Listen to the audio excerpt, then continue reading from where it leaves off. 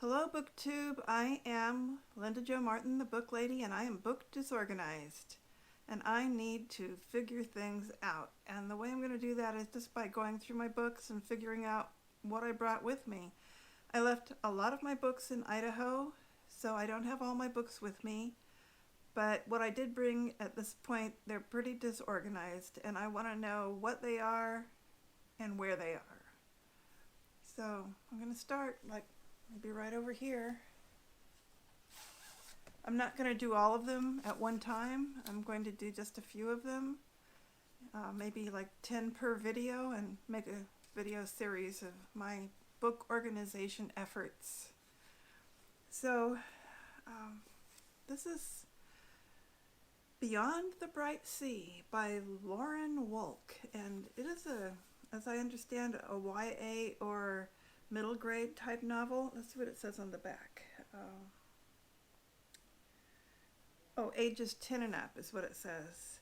So it says, 12-year-old Crow has lived her entire life on a tiny isolated piece of the starkly beautiful Elizabeth Islands in Massachusetts.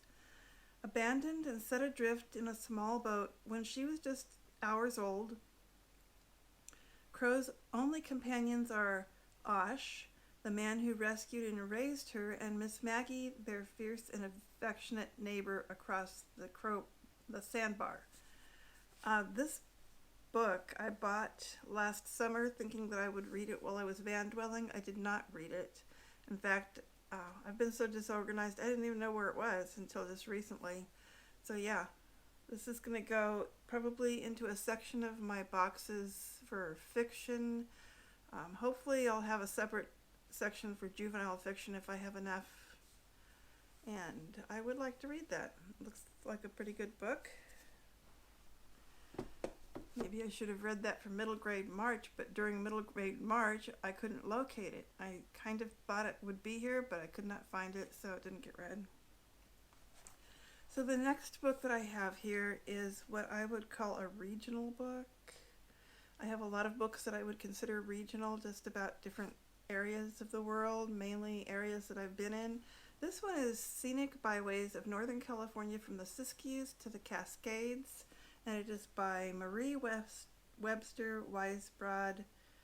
And I've had this book for a long, long time, and I haven't read it, I admit, but in the acknowledgments I'm actually mentioned. I was surprised that she mentioned me because I don't really remember her very well, but that was very nice of her to put me in her acknowledgments.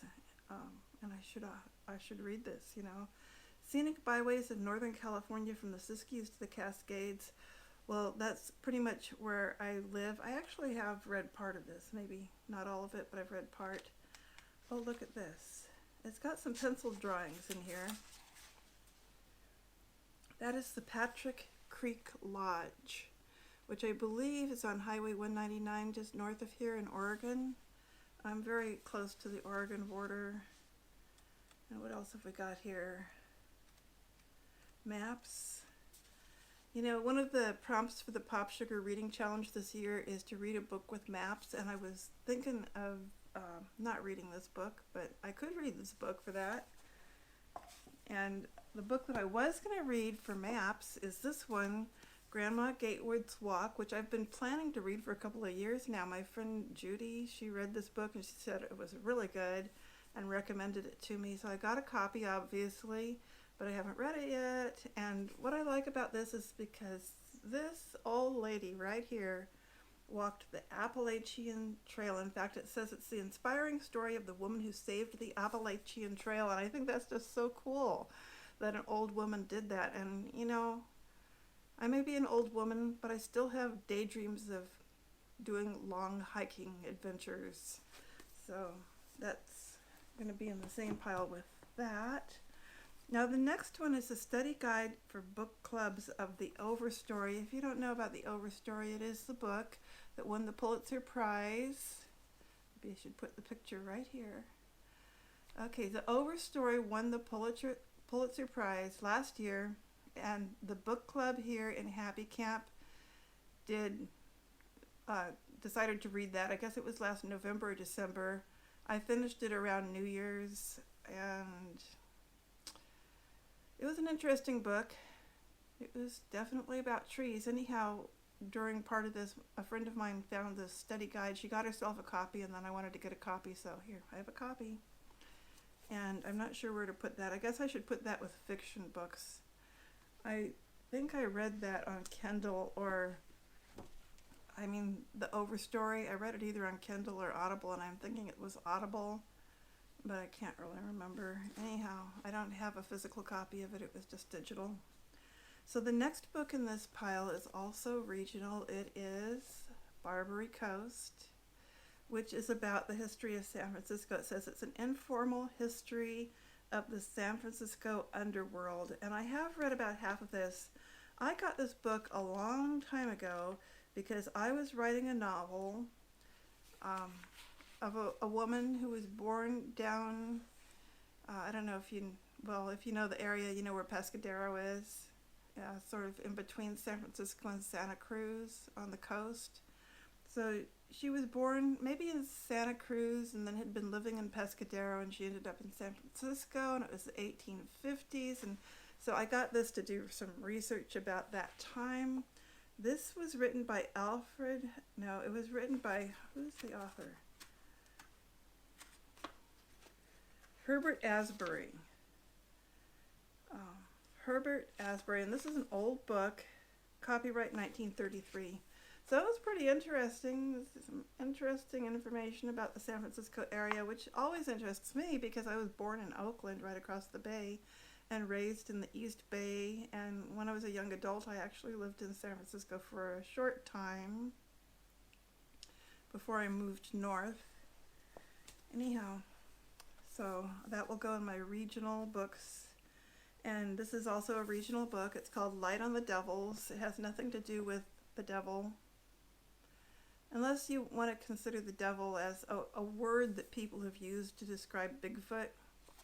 There's these 3 mountains that are just really close to where I live. They're sort of east of here, and the 3 peaks are called the 3 Devils. So that's why this book is called The 3 Devils, or it's called Light on the Devils. Coming of Age on the Klamath by Louise Wagenknecht. This book is about somebody's experience living in this area. It's a memoir. People that discussed this with me when it first came out, a lot of them didn't like it because there was something in this book that they wish she hadn't featured so prominently as an opening to her book. It was a man that lived here, committed suicide. And I guess the people that knew him were really traumatized by that. It was before I moved here. And she put that at the very beginning of her book, and people were really put out by that. So, life in a small town. I'm sorry, I never knew the man, and I never knew this woman either, Louise Wagenknecht. So anyhow, that also goes in the regional books, and actually I'm going to be reading this. I started reading it at one time and put it aside, and then one of the prompts for the Pop Sugar Reading Challenge this year is to go to a bookcase and read the first book you touch.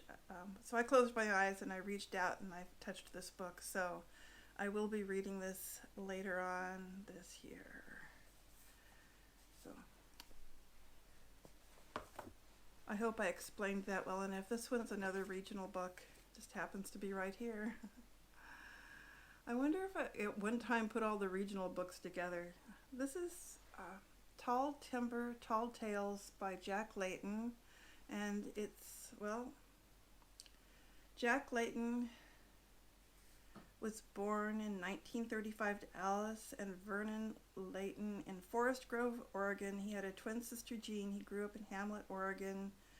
At one time, this man, Jack Layton, ran a packing business, mule packing business, the Elk Creek Pack Station. And that was right here. This is a local guy.